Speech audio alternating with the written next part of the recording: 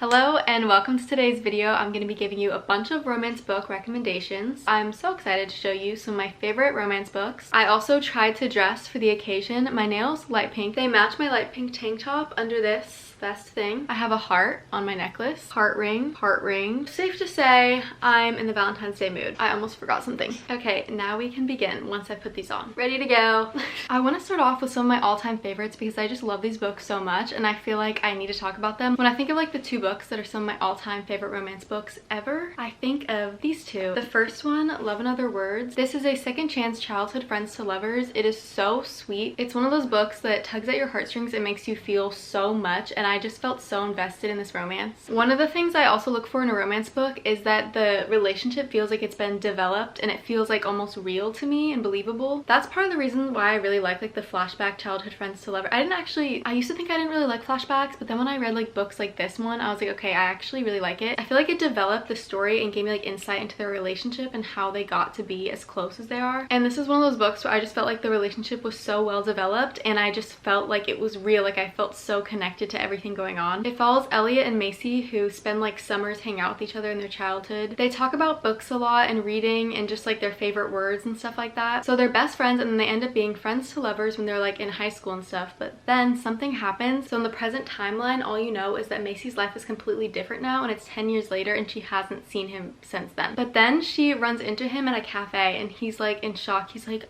he's been looking for her, trying to find her. This like romance and love story just feels so epic. If you want to feel something, I just really recommend this. There's also like topics like grief and stuff in it though, so there is like that heavier, there's like a bit of heaviness in it too, so just keep that in mind. It did make me cry, I think. The other one is You Deserve Each Other. This is also second chance romance, but it follows an engaged couple who have been engaged for I think it's like almost a year or so and they're going to get married. They've kind of started to despise each other like throughout the engagement, and now they're literally trying to get the other one to break off the engagement because they don't want to be the one who's like the one who did it, you know. But aside from that setup, there's so much going on. There's just like a lot of layers to what's actually going on between them. If you want a good laugh, I'd recommend this one because I did laugh quite a bit in this one. I just thought it was so funny and ridiculous, like some of the things they were fighting about. I loved how, although it felt kind of almost like not cynical but like so realistic in the way like it wasn't romanticizing the love story as much as some other romance books romanticize it. So in that way it kind of felt real, but then it also had this really strong undercurrent of like hope. These two people like putting in effort after like something went bad to make it better because they care that much about it. I think this story is really important. I thought it was really powerful and it just had me completely rooting for these two main characters and absolutely loving the storyline. In the beginning it's kind of like you're getting into it, but then once you're into it by like the middle beginning part, it's just so worth like getting yourself to get into it because it's so good. Emily Henry is so good at writing romance, and two of my favorite romances by Emily Henry are Beach Read and People Will Meet on Vacation. This one's the one I read first. It's the first book that really got me into romance. There's a lot of like self-character growth within the main character and her own story, as well as like them together. They're both writers. It's another one of those books that kind of like incorporates books and writing, and they're living close to each other and they kind of knew each other. Like they knew each other in college and they're a little bit of rivals, so there's like that kind of enemies to lovers vibes going on. She writes like romances and he writes these sci-fi novels. They challenge each other to write a book in the other one's genre, and they help them write it by taking them on like these little kind of date things. They're not like actually dating, but it's basically like they're going on dates. She takes him on like cute romantic dates and he takes her to like kind of these like creepy-ish dates sometimes. Their romance just slowly builds and builds. There are all these like tiny things that happen that made me feel so much because I feel like it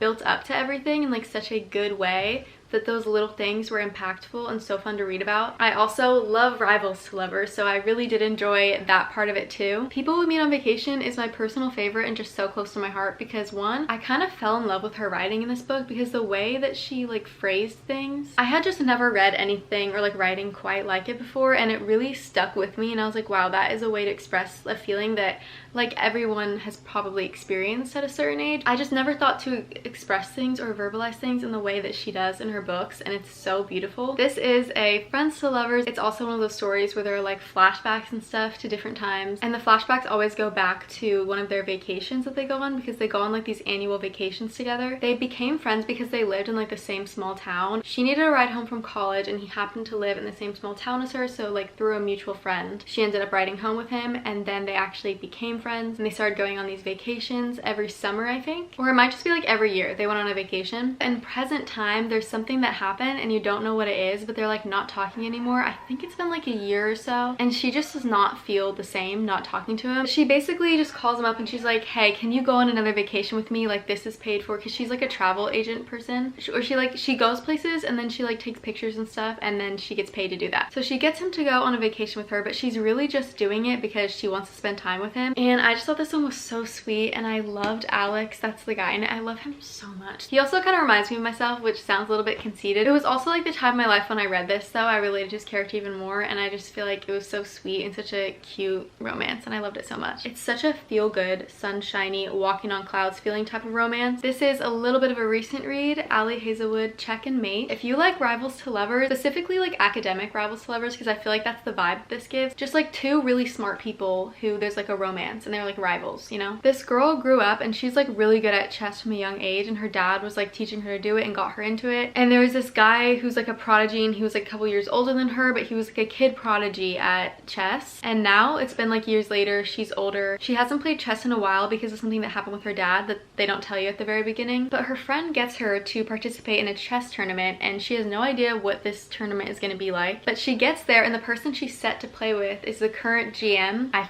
think that's what it's called. She is playing against him. She ends up beating him, which of course shocks him, but it gets him kind of like obsessed thinking about her and just like the way that she plays. But she's kind of scared about it. She's like, okay, I don't want any of these people to contact me. I don't want anything to do with chess. She's also a chess prodigy. One of my favorite things about Rivals to Lovers is just how much the like rival, how much like they respect each other's work. They're just like motivated and inspired by each other, and I feel like that's just so fun to read about. So they end up like playing chess throughout the book and just getting closer and closer, and it's so sweet and I love it. I just think it was so well done, and it was just so entertaining. One of those books that you could just absolutely fly through. This next author has written two of my favorite romance books. These are definitely different vibes from the books that I've talked about so far, but they're really good. Ashley Poston. These are both romances with a little bit of magic mixed in, but they still feel like normal romances, but they just have like that little sprinkle of magic, you know, like they don't feel fantasy. This one I guess is paranormal, but I feel like paranormal sounds creepy. This one's not creepy. Like, it's not scary paranormal. It's like really cute and endearing. Also, this one is beautiful. Aside from the romance, the quotes in this, it's like a new way of looking at death that's just so beautiful, and like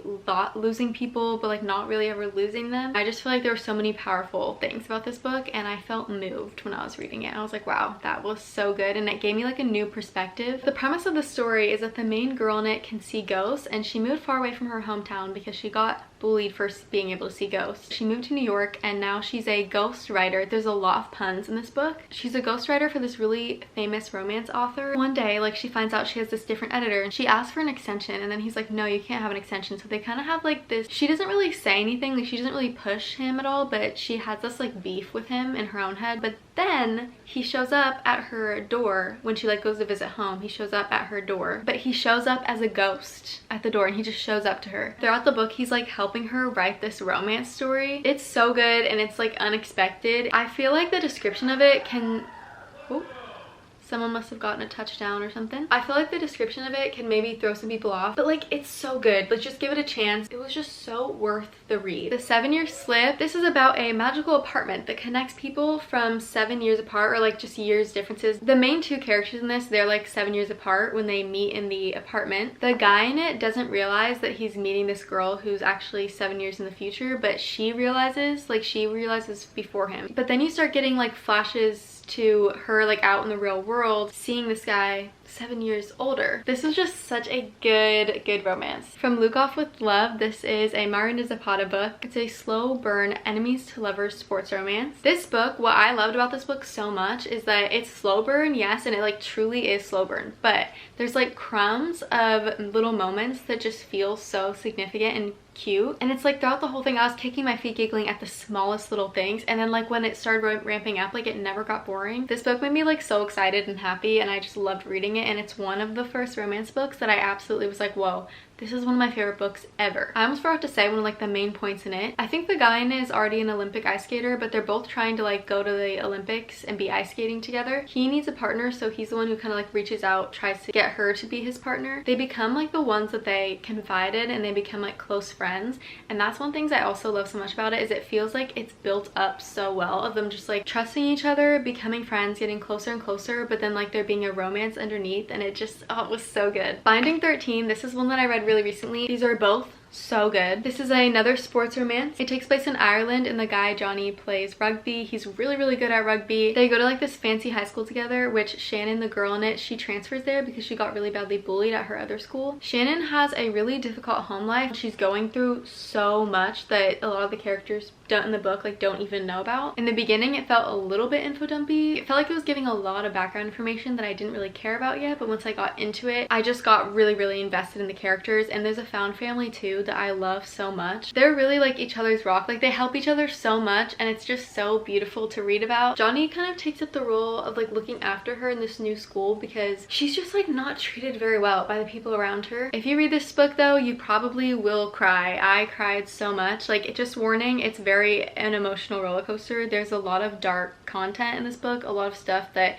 is really hard to read about, but the characters and the story felt really worth it to me, and I just enjoyed it so much, and I'm really happy that I read it. Very intense, very good. If you want like a really hard-hitting, deep, emotional, character-driven romance, then I would recommend Binding 13. I just finished Confessions of an Alleged Good Girl. Check and Mate, this one, Binding 13, and another one I'm about to talk about. These are all like YA ones. This book really surprised me, partly because I wasn't expecting to start literally sobbing at the end, but there's something just so healing and like something so beautiful about the story, especially like the mother-daughter relationship in it. The main girl in it, Monique, she's a preacher's daughter, and she grew up with like all this really bad talk about sex, just like with these thoughts that sex was dirty and that losing her virginity like meant losing value to her and stuff like that. She had this boyfriend of like 2 years. They tried to have sex 29 times and it did not work, but after the 29th time that she couldn't have sex with him, he broke up with her. By the way, this isn't like a spoiler, it's just like the setup for the story. He basically broke up with her because she couldn't have sex with him. Of course, she didn't feel comfortable telling her parents about this because she didn't even want to admit to them that she wanted to. So she ends up going to the women's clinic because she feels like, she's like, what's wrong with me? Why can't I have sex? And then she ends up meeting a girl from her church there, or seeing a girl from her church who she like had all these thoughts of like who this girl was